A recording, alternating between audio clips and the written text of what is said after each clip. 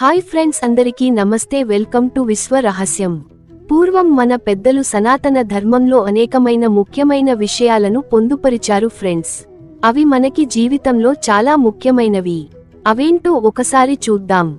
తల్లిదండ్రులను పూజించాలి. ఏ స్థితిలోనూ దూషించరాదు.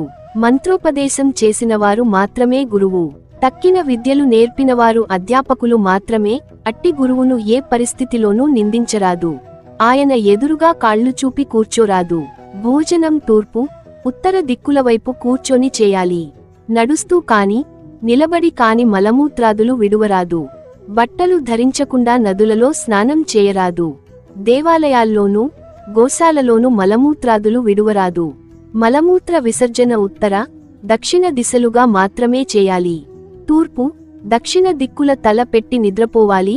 ఉత్తర, పశ్చిమాల వైపు తల పెట్టి నిద్రిస్తే వారు ప్రమాదాల పాలవుతారని మార్కండేయ పురాణం చెబుతుంది. ఇంటికి గురువు వస్తే టక్కున లేచి నిలబడి ఎదురుగా వెళ్లి లోపలికి గౌరవంగా తీసుకొని వచ్చి ఆసనం వేసి కూర్చోబెట్టకుండా మాట్లాడరాదు. సాగనంపేటప్పుడు బయటకు వచ్చి గురువుని కొంచెం దూరం అనుసరించాలి.